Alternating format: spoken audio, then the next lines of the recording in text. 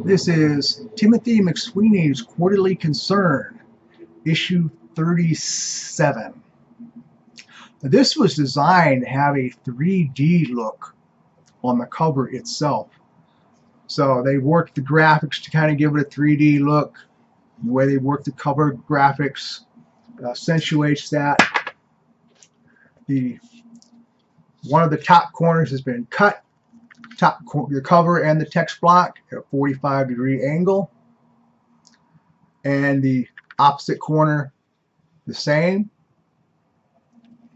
I don't know that they were altogether successful in the 3D look, but it is a nice effort.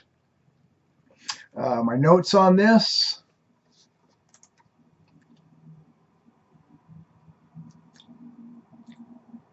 Multicolor cloth on a nicely hinged case.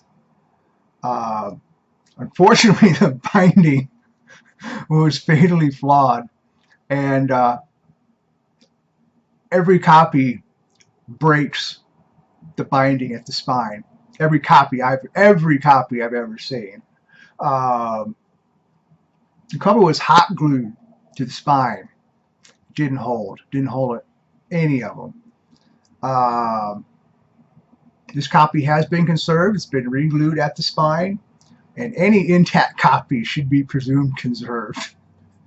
The inside of the front cover has a pocket made from the end paper stock, glued on the inside front cover, and it contains promotional material, excerpt from John Sayles' A Moment in the Sun. No dust jacket. The back cover sleeve in its stead. Great. I put the volume at very good plus, the chapbook at near fine, the back cover sleeve at near fine. Short closed tear in the left side fold of the pocket. The width of fold and up the center 5/8 inch. So it's not visible unless you have to know it's there. So let's look at it here. So, no shelfware, no rubbing, no scratching. Very, very good shape here. The spine, you can see the 45-degree angle cut. The back cover has the sleeve. Yeah.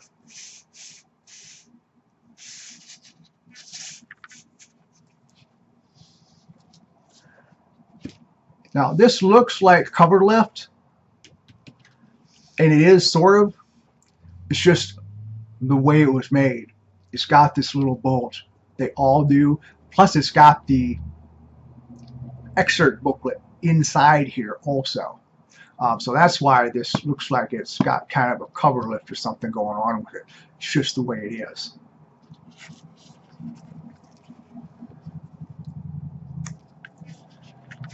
Okay, this has been conserved. It's been re-glued.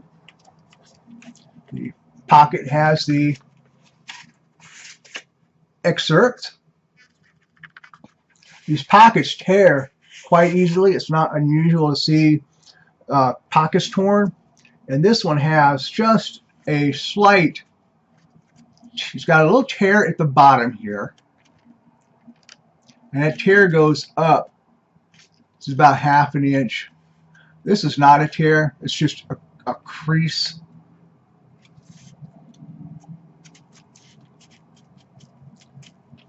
So you wouldn't know it was there if you didn't go looking for it. But it is there, so I need to make mention of it. So a very nicely hinged, fully hinged case. So this is really nice. Design-wise, this is what I like the most about this issue, is they've fully hinged this case. And by looking at a copy that has not been conserved, we can look at that. This has the same, it looks like it's a cover problem. It's not. It's got the extra thickness here, and just the way the case is made, this stands up a bit. So this copy has a failed binding, as they all do. It was just hot glued across the text block. And the glue fails on all copies. All copies. The text block is bound to the backboard. They glue the text block on paste down. The paste down is bound into the text block. So the whole text block is bound to the backboard. And the front end paper is separate from the rear end paper. And that's how they can do a full hinge on that. So if this were conserved, where spine is on the text block as it should be, then we have a fully hinged spine. This is the part of the design I like the most. I don't think the 3D thing really quite worked. I think it looks nice, but I think what they were going for didn't really happen. And here's another copy. Same issue. Failed, completely failed binding at the spine. And as long as it doesn't get torn, as long as it's repaired before the text block tears away from the back cover, it's no problem. You just glue it up with a glue that will hold, and you're good to go.